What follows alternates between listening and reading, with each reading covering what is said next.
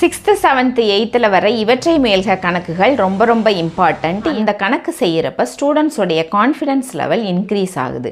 அடுத்தது காம்படிட்டிவ் எக்ஸாமுக்கு போகிற ஸ்டூடெண்ட்ஸ் இவற்றை மேல்க கணக்குகள் வீடியோ போட சொல்லி என்னை கேட்டுகிட்டே இருக்காங்க. அதனால் இனி அடுத்து இவற்றை மேல்க கணக்குகள் தான் கான்சன்ட்ரேட் பண்ண போகிறேன். அடுத்து வர வீடியோஸை மிஸ் பண்ணாமல் பார்க்குறதுக்கு சேனலை சப்ஸ்கிரைப் பண்ணி வச்சுக்கோங்க. 8th ஸ்டாண்டர்ட் புள்ளியியல் சாப்டரில் பக்கம் 220 பக்கம் 225 உள்ள இவற்றை மேல்க கணக்குகள் தான் பார்க்க போகிறோம். இதில் என்ன பார்க்க போகிறோம் அப்படின்னா, கொடுக்கப்பட்டுள்ள தரவுகளுக்கு ஏறுவரிசை இறங்கு வரிசை அமைக்கிறது, வீச்சு கண்டுபிடிக்கிறது, தொகுக்கப்படாத மற்றும் தொகுக்கப்பட்ட தரவுகளுக்கு நிகழ்வெண் பட்டியல் தயாரிக்கிறது தான் பார்க்க போகிறோம்.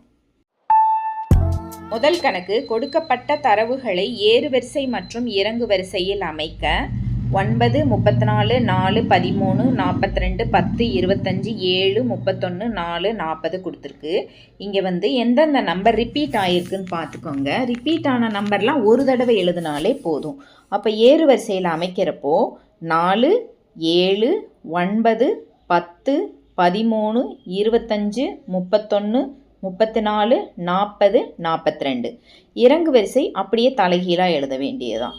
42, 40, 34, 31, 25, 13, 10, 9, 7. ரெண்டாவது கணக்கு, கொடுக்கப்பட்ட தரவுகளுக்கு வீச்சை காண்க. இப்போ வீச்சு கண்டுபிடிக்கிறதுக்கு ஃபார்முலா அதிகபட்ச மதிப்பு மைனஸ் குறைந்தபட்ச மதிப்பு.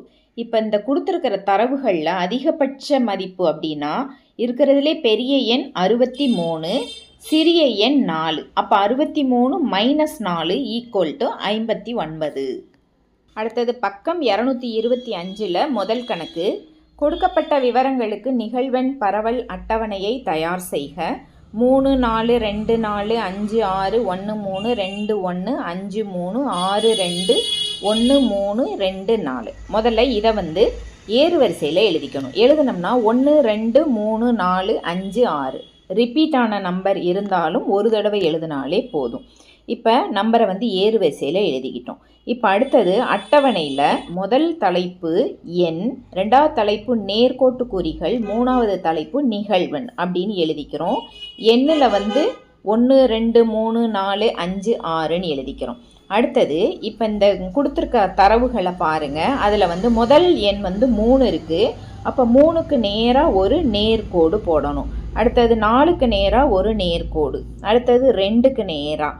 அடுத்தது 4, 5, 6, 1, 3, 2, 1, 5, 3, 6, 2, 1, 3, 2, 4.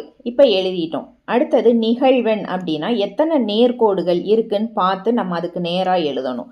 முதலுது 3, அடுத்தது 4, 4, 3, 2, 2. அடுத்தது இந்த நிகழ்வெண்ணை கூட்டிருங்க. கூட்டினோம்னா மொத்தம் 18. இங்கே இந்த கணக்கில் கொடுக்கப்பட்டுள்ள தரவுகள் மொத்தம் 18. அப்போ நம்ம செஞ்சுருக்கிற கணக்கு கரெக்ட். ரெண்டாவது கணக்கு, தொகுக்கப்பட்ட நிகழ்வெண் பட்டியலை தயார் செய்க. அதில் நிறைய எண்கள் தரவுகள் கொடுத்துருக்காங்க. இப்போ முதல் கணக்கு தொகுக்கப்படாத தரவுகளுக்கு நிகழ்வெண் பரவல் அட்டவணை தயார் செஞ்சோம். இந்த கணக்கு தொகுக்கப்பட்ட தரவுகளுக்கு நிகழ்வெண் பட்டியல் தயார் செய்ய போகிறோம். இப்போ முதல்ல பிரிவு இடைவெளி அமைக்கணும். பிரிவு இடைவெளி அமைக்கிறதுக்கு முதல்ல இந்த எண்களில் எது அதிகபட்ச மதிப்பு, எது குறைந்தபட்ச மதிப்புன்னு பார்த்துக்கணும்.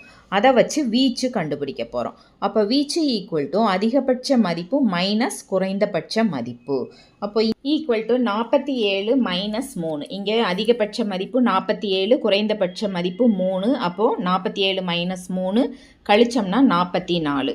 நம்ம பிரிவின் அளவு 10 எடுக்கணும் அப்படின்னு வச்சுக்கிட்டோம்னா பிரிவு இடைவெளியோட எண்ணிக்கை முதல்ல கண்டுபிடிக்கணும். அதுக்கு ஃபார்முலா வீச்சு பை பிரிவின் அளவு. அப்போது 44ன்றது தான் வீச்சு. அப்போ 44 பை 10 ஈக்குவல் டு அதை தசம எண்ணா எழுதினோம்னா 4.4. அதனால் அதை நம்ம அப்ராக்சிமேட்லி ஈக்குவல் டு 5ன்னு வச்சுக்கிறோம். அப்போ பிரிவு இடைவெளியோட எண்ணிக்கை 5. அப்போது 1லேருந்து 10 வரைக்கும் ஒரு பிரிவு இடைவெளி, 10 to 20, 20 to 30, 30 to 40, 40 to 50 இது மாதிரி நம்ம பிரிவு இடைவெளி அமைச்சுக்கிறோம். அடுத்தது கொடுக்கப்பட்டுள்ள தரவுகள் ஒவ்வொன்றும் எந்த பிரிவு இடைவெளியில் அமையுது அப்படின்றத பார்த்து நம்ம நேர்கோட்டு குறி போடணும். இப்போ இந்த அட்டவணையில் பாருங்கள், 10ன்ற எண் எந்த பிரிவு இடைவெளியில் இருக்குது, 1 to 10ல் போடணுமா இல்லைன்னா 10 to 20ல் போடணுமா அப்படின்றத நம்ம முடிவு பண்ணுறோம். இப்போ எங்கே 10ன்றது கீழ் எல்லையாக இருக்கும் அங்கே தான் போடணும். அப்போ 10 to 20ல் தான் 10ன்ற எண்ணுக்கு போடணும், ஒரு நேர்கோடு போடணும். அடுத்தது 9 அப்படின்ற தரவு 1லேருந்து 10க்குள்ளே அமைகிறதுனால 1 to 10ன்ற இடைவெளியில் 9 போடணும். 3 அதே இடைவெளியில் தான் இருக்குது. அடுத்தது 29 20 to 30ல் இருக்குது, அதனால் அங்கே ஒரு நேர்கோட்டு குறி. அடுத்தது 17, 34, 23, 20 எங்கே கீழ் எல்லைன்னு பார்த்து அங்கே போடணும். அப்போ 20 to 30ல் போடணும். அடுத்தது 39, 42, 5, 12, 19, 47, 18. இப்போ 18 பாருங்கள், 10 to 20ல் போடணும். ஏற்கனவே 4 நேர்கோட்டு குறி போடுறோம். இப்போ 5வது குறிக்கு நம்ம இதை கிராஸ் பண்ணிடணும். இதுதான் நேர்கோட்டு குறி போடுறதுடைய ப்ரொசீஜர். அடுத்தது 47, 18, 19, 27, 7, 13, 40, 38, 24, 34, 15 திரும்ப கிராஸ் பண்ணிடுறோம். அடுத்தது 40 இங்கேயும் கிராஸ் பண்ணிடுறோம். அடுத்தது நம்ம நிகழ்வெண் பட்டியல், நிகழ்வெண் போட போகிறோம். அந்த நேர்கோட்டு குறிகளை பார்த்து அதுக்கேற்ற மாதிரி நம்ம நிகழ்வெண் போடணும். 4, 8, 5, 4, 4. இப்போ நிகழ்வெண்களை கூட்டி பார்க்குறப்போ நம்மளுக்கு கிடைக்கிறது 25. அப்போது நம்ம செஞ்சுருக்கிற கணக்கு கரெக்ட். இந்த சேனலை சப்ஸ்கிரைப் பண்ணாதவங்க சப்ஸ்கிரைப் பண்ணி வச்சுக்கோங்க. தொடர்ச்சியாக என்னுடைய இவற்றை முயல்க வீடியோவை மிஸ் பண்ணாமல் பார்க்கணும்னா கட்டாயமாக சப்ஸ்கிரைப் பண்ணி வச்சுக்கோங்க. தேங்க்யூ.